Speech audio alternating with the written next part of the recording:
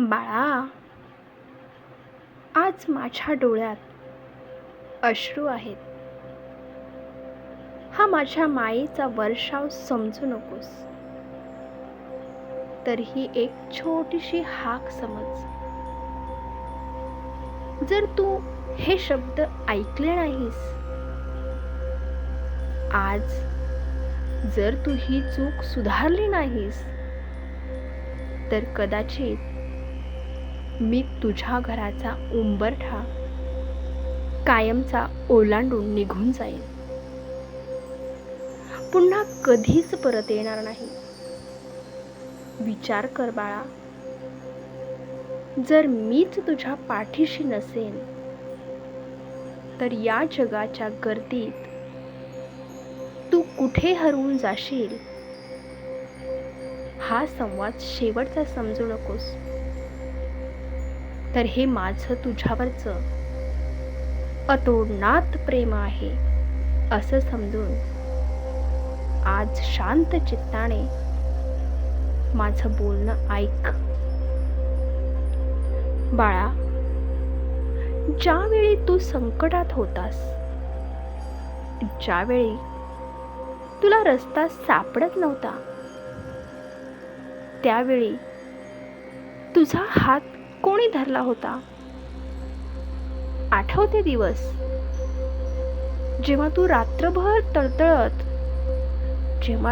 रात्रभर तळमळत होतास आणि मी तुझ्या उशाशी बसून तुला धीर देत होतो. पण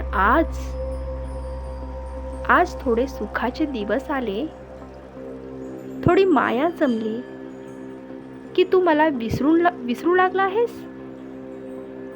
लक्षात ठेव बाळा, हे ऐश्वर्य, हे सुख मीच तुला दिलं आहे आणि ते टिकवून ठेवण्याची जबाबदारी ही तुझीच आहे. जर तू गर्वाने माजला असेल, तर तो गर्व मी क्षणात उतरवू शकतो. पण मला तसं करायचं नाहीये, कारण तू माझं लेकरू आहेस. तू मंदिरात येतोस, डोकं टेकवतोस, पण तुझं मन कुठे असतं? तू फक्त माझ्या मूर्तीकडे बघतोस. पण माझ्या बाळा, डोळ्यात तुला तुझं प्रतिबिंब दिसत नाही का? तू माळ जपतोस, पण तुझे विचार वासना आणि द्वेषात अडकलेले असतात.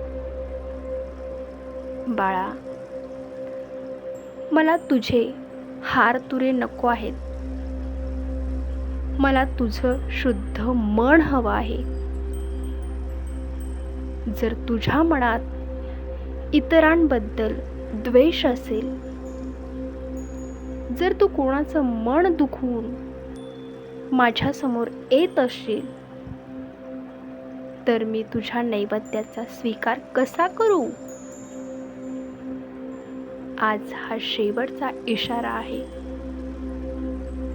मनातली अशुद्धता काढून टाक, नाहीतर मी तुझ्या हृदयातून निघून जाईल. बाळा, तू जे पेरशील तेच उगवणार.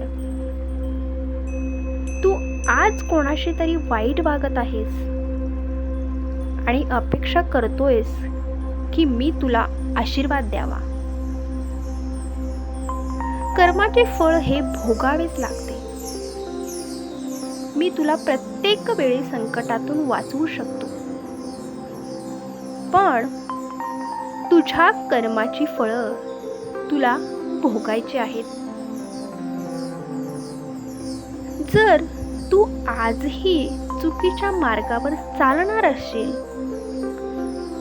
अधर्माची पाठराखण करणार असशील, तर मी तुझ्या घरात राहून तरी काय करू?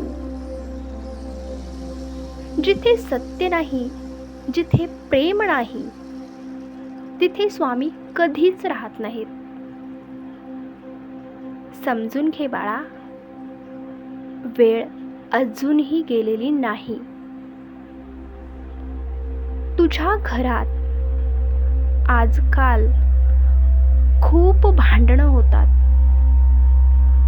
चिडचिड होते, एकमेकांबद्दल आदर उरलेला नाही. ज्या घरात स्त्रियांचा अपमान होतो, जिथे वडीलधाऱ्यांची सेवा होत नाही, त्या घरातून मी पाठ फिरवतो. तुला वाटतंय मी फक्त फोटोंमध्ये आहे. नाही बाळा, मी तुझ्या घरातल्या प्रत्येक व्यक्तीत आहे. तू जेव्हा तुझ्या आईवडिलांशी उद्धटपणे बोलतोस, तेव्हा तू माझाच अपमान करत असतोस. जर तुला मी तुझ्या घरात सदैव हवा असेल, तर आधी तुझ्या घरातलं वातावरण प्रेमाचं कर. ही माझी तुला शेवटची विनवणी आहे. बाळा, आज मी तुझ्यासाठी रडलो, कारण मला तुझी काळजी आहे. तुला अंधारात जाताना पाहून मला वेदना होत आहेत. मी तुला साथ घालतोय, हात देतोय. तो हात पकडणार की कायमचा सोडून देणार, हे लक्षात ठेव. जर आज तू हे शब्द दुर्लक्षित केलेस, तर उद्या कदाचित तुला पश्चाताप करायची वेळ मिळणार नाही. मी तुझा आहे, तुझाच राहीन, पण त्यासाठी तुझी लायकी तुला सिद्ध करावी लागेल. आज ठरव, तुला स्वामी हवे आहेत की तुझा अहंकार. बाळा, आता डोळे पुस आणि शांतपणे विचार कर. मी कुठेही गेलो नाही. मी अजूनही तुझ्या दारात उभा आहे, तुझी वाट बघत. फक्त एकदा मनापासून हाक मार. तुझी चूक मान्य कर आणि पुन्हा सन्मान करायला लाग. मी पुन्हा तुझ्या घरात हसताना दिसेन. विसरू नकोस, भिवू नकोस, मी तुझ्या पाठीशी आहे. पण हे वाक्य सार्थ करण्यासाठी तुलाही माझ्या शब्दानुसार वागावं लागेल. खूप खूप आशीर्वाद बाळा. कायम सुखी राहा, पण सन्मान मार्गाने.